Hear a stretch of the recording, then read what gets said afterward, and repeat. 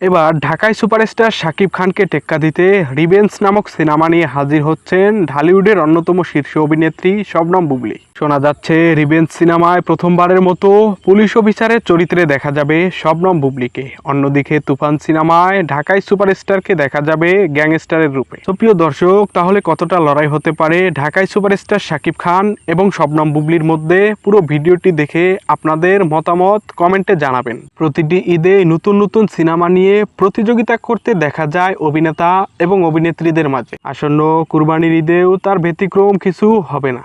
এবার শাকিব খানের তুফান সিনেমার বিপরীত সিনেমা রিভেঞ্জে অভিনয় করেছেন ঢালিউডের শীর্ষ অভিনেত্রী শবনম বুবলী। বাংলাদেশের গুণী নির্মাতা রায়হান রাফির পরিচালনায় তুফান সিনেমায় অভিনয় করেছেন ঢাকায় সুপারস্টার শাকিব খান। আর এই সিনেমাটিতে শাকিব খানের বিপরীতে রয়েছেন কলকাতার মিমি চক্রবর্তী এবং বাংলাদেশের জনপ্রিয় অভিনেত্রী নাবিলা। সম্প্রতি তুফান সিনেমাটির ট্রেইলার এবং দুটি গান প্রকাশ পেয়েছে, যা রীতিমতো সোশ্যাল মিডিয়ায় ঝড় তুলেছে।